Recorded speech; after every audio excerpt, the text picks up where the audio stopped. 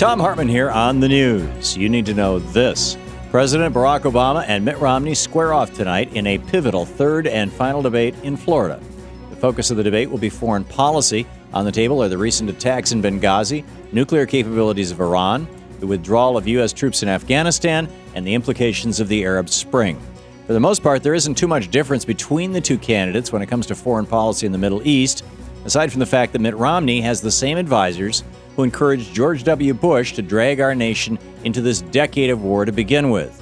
Also on the table tonight is foreign trade and the rise of China.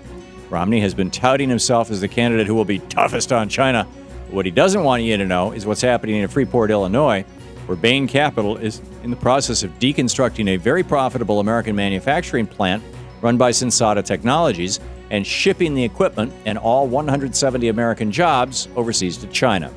This would be a slam dunk line of attack for President Obama in tonight's debate. Unfortunately, he's also drinking the free trade Kool-Aid and negotiating the Trans-Pacific Partnership trade deal, which is reported to be NAFTA on steroids, and will also result in an exodus of American jobs to low-wage nations. Both parties have failed us when it comes to war and foreign trade. Where's Ross Perot when we need him? In screwed news, this is what Republicans have done to American democracy. Foreign election observers will be on hand to make sure the voting rights of minorities are protected on Election Day. More than 44 observers with the UN-affiliated Organization for Security and Cooperation in Europe will be deployed at polling stations around the nation to monitor the election and potential disputes at polling stations. These observers were asked for by civil rights groups in the United States who've raised concerns over systematic efforts to restrict the votes of minorities ahead of the election, including voter suppression ID laws. A conservative organization, True the Vote, which is filing lawsuits in swing states to purge minority voters from the rolls, blasted the UN observers, saying, "The United Nations has no jurisdiction over an American election." Apparently, according to these guys, only the Koch brothers and other millionaires and billionaires should have jurisdiction over our elections.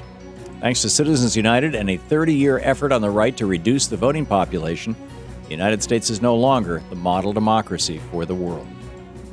In the best of the rest of the news, corporate CEOs aren't just pushing their employees to vote for Mitt Romney, they're also pushing their employees to give money to Mitt Romney. As reported by Chris Hayes on MSNBC, Arthur Allen, the CEO of ASG Solutions, shot off an email to his employees before the RNC earlier this year, telling them to give $2,500 to the Romney campaign for the sake of their company and their jobs. Allen previously sent an email telling his employees their jobs could be at stake if President Obama wins a second term. We now know that Mitt Romney, who told NFIB employers in a conference call in June to instruct their employees who they should vote for, started a lot of this workplace politicking. Corporate America is turning their underpaid, desperate workers into political foot soldiers for the oligarchs. This, too, is another consequence of Citizens United.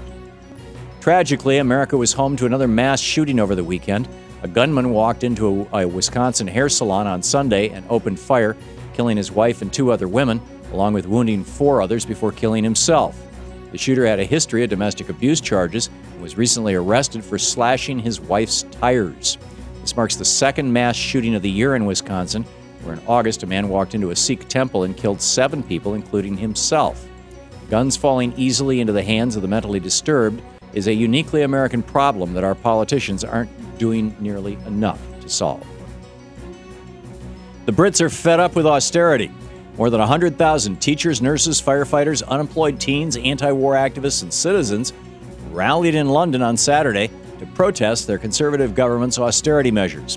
The leader of the UK's largest trade union said about this weekend's rally, "We are fighting for a better future. We are not here today for the millionaires. We are here for the millions of people who don't have a voice. We just can't take any more." British union leaders are also calling for a nationwide general strike to put even more pressure on the embattled Conservative government in the UK. Stay tuned. Austerity in the UK might be reaching a breaking point. And finally, as corporations seize control of more and more of our Constitution, thanks to the Supreme Court, people of Iceland are rising up to take back their own Constitution.